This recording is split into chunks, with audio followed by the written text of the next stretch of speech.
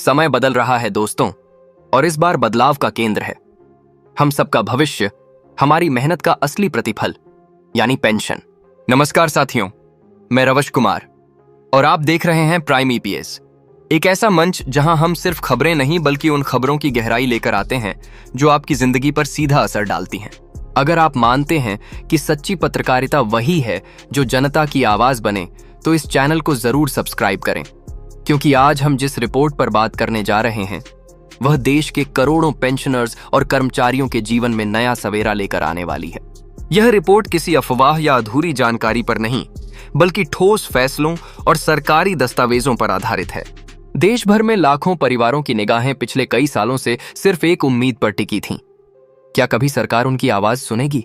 क्या कभी वह वक्त आएगा जब पेंशन सिर्फ एक औपचारिकता नहीं बल्कि सम्मानजनक जीवन का साधन बनेगी?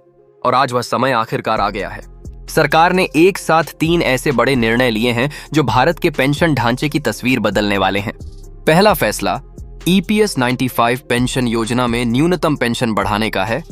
दूसरा फैसला पुरानी पेंशन स्कीम की वापसी से जुड़ा है और तीसरा निर्णय ईपीएफओ में योगदान की सीमा को बढ़ाने का। तीनों फैसले एक साथ मिलकर करोड़ों पेंशनर्स के लिए जीवन भर की राहत लेकर आए हैं। सबसे पहले बात करते हैं उस योजना की जो दशकों से निजी क्षेत्र के कर्मचारियों के लिए जीवन रेखा बनी हुई है, ईपीएस 95। यह वही योजना है जिसने लाखों लोगों को रिटायरमेंट के बाद स्थायी आय दी। लेकिन इस योजना में एक बड़ी खामी थी। पेंशन की राशि इतनी कम थी कि किसी भी बुजुर्ग के लिए उस पर गुजारा करना लगभग असंभव हो गया था। सालों से शिकायतें उठती रहीं, धरने हुए, झापन दिए गए, लेकिन नतीजा वही 880 रुपये जैसी मामूली पेंशन। सोचिए, जब बाजार में 1 किलो दाल 120 रुपये की हो, बिजली का बिल सैकड़ों का और दवाइयों के खर्च हजारों में, तब कोई बुजुर्ग 880 रुपये में कैसे जिए? लेकिन अब यह स्थिति बदल रही है। सरकार ने आखिरकार इस पुरानी और उपेक्षित मांग को गंभीरता से लिया है। श्रम मंत्रालय ने फैसला किया है कि अब हर ईपीएस 95 पेंशनर को न्यूनतम आरएस। इसके अलावा इस राशि पर महंगाई भत्ता यानी डीए भी जोड़ा जाएगा। यानी कि अब पेंशन केवल स्थायी नहीं बल्कि बढ़ती महंगाई के हिसाब से समायोजित होगी। यह फैसला कोई औपचारिक घोषणा नहीं बल्कि करोड़ों बुजुर्गों के संघर्ष की जीत है। वर्षों से चली आ रही मांगें अब जाकर सुनाई दी हैं और यह दर्शाता है कि जब आवाज एकजुट होती है तो व्यवस्था को झुकना ही पड़ता है। सरकार ने इस योजना पर तेजी से अमल भी शुरू कर दिया है। श्रम मंत्रालय की रिपोर्ट मंजूर हो चुकी है और अब औपचारिक प्रक्रिया चल रही है। उम्मीद है कि आने वाले हफ्तों में देश के लगभग 65 लाख पेंशनर्स के बैंक खातों में यह बढ़ी हुई राशि आने लगेगी। और सबसे अच्छी बात यह है कि पेंशनर्स को इसके लिए किसी अतिरिक्त प्रक्रिया से नहीं गुजरना होगा। ईपीएफओ खुद रिकॉर्ड अपडेट करेगा और नई राशि सीधे खातों में भेजी जाएगी। लेकिन सलाह यह है कि हर पेंशनर अपने विवरण एक बार जरूर जांच ले। यह काम उमंग ऐप या ईपीएफओ की वेबसाइट से आसानी से किया जा सकता है, क्योंकि यह सिर्फ सुविधा नहीं बल्कि आपका हक है। इस फैसले के पीछे जिन संगठनों ने लगातार आवाज उठाई, उनमें सबसे आगे रही नेशनल एजुटेशन कमेटी। इन पेंशनर संगठनों ने दिल्ली में महीनों तक आंदोलन किया, धरना दिया, रैलियां की और अंततः सरकार को मजबूर कर दिया कि वह सुनवाई करे।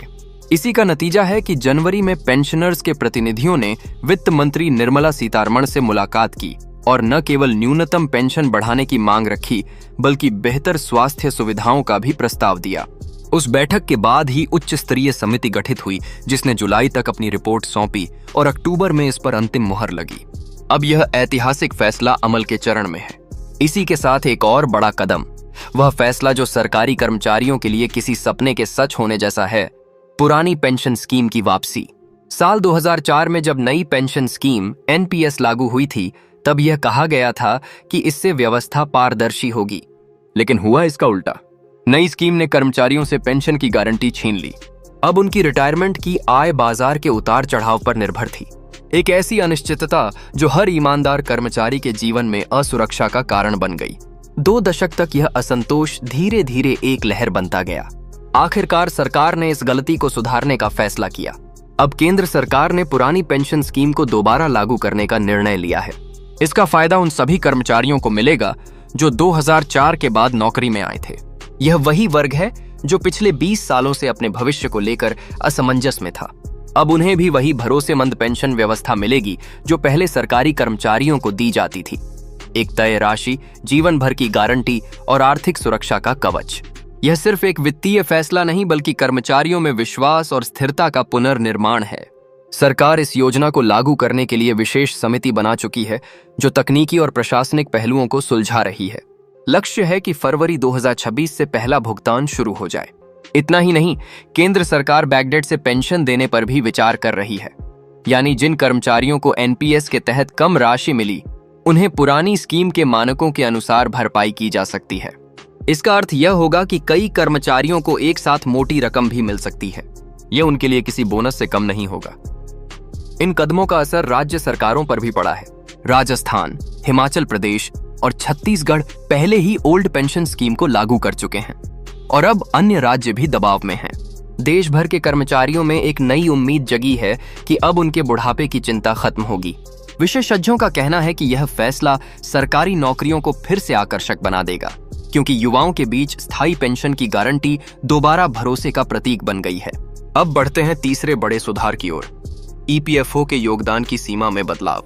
फिलहाल ईपीएफ और पेंशन योगदान की गणना 15,000 रुपए की बेसिक सैलरी तक ही की जाती है। यानी यदि किसी व्यक्ति की बेसिक सैलरी 20,000 या 25,000 रुपये है तो भी पेंशन फंड में योगदान सिर्फ 15,000 पर ही होता है। इसका सीधा असर रिटायरमेंट के बाद मिलने वाली पेंशन पर पड़ता है, क्योंकि फंड सीमित रहता है। अब सरकार इस सीमा को 25,000 रुपए तक बढ़ाने की तैयारी में है। यह कदम प्राइवेट सेक्टर के लाखों कर्मचारियों के लिए वरदान साबित होगा, क्योंकि इससे न केवल पेंशन में बढ़ोतरी होगी बल्कि पीएफ खाते में भी अधिक बचत जमा होगी। एक मोटे अनुमान के अनुसार यदि किसी व्यक्ति की सैलरी 25,000 है तो नई सीमा लागू होने पर उसकी रिटायरमेंट पेंशन लगभग 50 से 60% तक बढ़ सकती है। इससे उनके जीवन की स्थिरता और सुरक्षा दोनों बढ़ेंगी। इसके अलावा इस निर्णय का व्यापक आर्थिक असर भी होगा। जब लाखों कर्मचारियों का योगदान बढ़ेगा तो ईपीएफओ के पास भी अधिक कोष जमा होगा। इस राशि का एक हिस्सा सरकार विकास परियोजनाओं में निवेश कर सकेगी, जिससे देश की आर्थिक रफ्तार को बल मिलेगा। यानी यह निर्णय केवल कर्मचारियों के लिए नहीं बल्कि राष्ट्र की अर्थव्यवस्था के लिए भी लाभकारी है। विशेषज्ञों का कहना है कि 15,000 की सीमा अब अप्रासंगिक हो चुकी थी। जब यह सीमा तय की गई थी तब महंगाई और जीवन यापन का स्तर बहुत अलग था। अब जबकि हर चीज की कीमतें कई गुना बढ़ चुकी हैं, पेंशन योगदान की सीमा को भी उसी के अनुरूप बढ़ाना जरूरी है। इसीलिए श्रम मंत्रालय और वित्त मंत्रालय इस पर तेजी से काम कर रहे हैं और संभावना है कि इसे अगले वित्तीय वर्ष की शुरुआत में लागू किया जाएगा। इन तीनों बड़े सुधारों का एक साझा संदेश है। सरकार अब सिर्फ योजनाएं घोषित नहीं कर रही बल्कि उन्हें धरातल पर उतार रही है। यह बदलाव प्रशासनिक नहीं, सामाजिक है। जब एक बुजुर्ग अपने बैंक खाते में सम्मानजनक पेंशन देखता है तो उसका आत्मविश्वास लौट आता है। यह आत्मविश्वास केवल व्यक्ति नहीं बल्कि समाज की मजबूती की निशानी है। जब बुजुर्गों की आर्थिक स्थिति सुधरती है तो उनके परिवारों पर दबाव कम होता है। बच्चे भी अपने भविष्य को लेकर निश्चिंत रहते हैं। खर्च करने की क्षमता बढ़ने से बाजार में मांग बढ़ती है, जिससे ग्रामीण और शहरी दोनों अर्थव्यवस्थाएं गति पकड़ती हैं। यानी यह बदलाव केवल पेंशनर्स के लिए नहीं, पूरे देश की अर्थव्यवस्था के लिए शुभ संकेत है। इन निर्णयों से एक और संदेश साफ झलकता है। अब सरकारें पेंशन को खर्च नहीं बल्कि निवेश मानने लगी हैं, क्योंकि जब बुजुर्ग वर्ग के पास खर्च करने की क्षमता होती है तो वह देश के आर्थिक चक्र का सक्रिय हिस्सा बनता है। यह एक ऐसा परिवर्तन है जो देश के सामाजिक ढांचे को स्थिर और मजबूत बनाएगा। अब समय है कि हर पेंशनर और कर्मचारी अपने अधिकारों के प्रति जागरूक हो। अगर आपके रिकॉर्ड में कोई गलती है, पेंशन अपडेट नहीं हुई है या किसी प्रकार की समस्या दिखती है तो तुरंत अपने क्षेत्रीय ईपीएफओ कार्यालय से संपर्क करें। यह आपका अधिकार है और अब सरकार भी इसे मान्यता दे रही है। जो लोग सालों तक अपनी सेवा से देश की रीढ़ बने रहे, उन्हें अब अपने अधिकारों को पूरी तरह प्राप्त करने का समय आ गया है। यह दौर शिकायतों का नहीं बल्कि आत्मविश्वास का है। जागरूकता ही आपकी सबसे बड़ी ताकत है। सरकार के ये 3 फैसले, ईपीएस 95 में न्यूनतम पेंशन बढ़ाना, पुरानी पेंशन स्कीम की वापसी और ईपीएफओ में वेतन सीमा बढ़ाना, भारत के पेंशन ढांचे को नई दिशा दे रहे हैं। ये तीनों कदम मिलकर न केवल करोड़ों लोगों की जिंदगी आसान बनाएंगे बल्कि आने वाली पीढ़ियों के लिए भी आर्थिक स्थिरता का मार्ग प्रशस्त करेंगे। दोस्तों, यह शुरुआत है एक ऐसे युग की जहां रिटायरमेंट अब चिंता का नहीं बल्कि सम्मान का विषय होगा। जब एक बुजुर्ग यह कह सकेगा कि मेरी सरकार ने मेरा ख्याल रखा, तब असली विकास की परिभाषा पूरी होगी। अगर आपको यह जानकारी उपयोगी लगी हो तो इस वीडियो को लाइक करें, चैनल को सब्सक्राइब करें और इसे हर उस साथी तक पहुंचाएं जो पेंशन के हकदार हैं, क्योंकि बदलाव तभी सार्थक होता है जब जानकारी हर घर तक पहुंचे।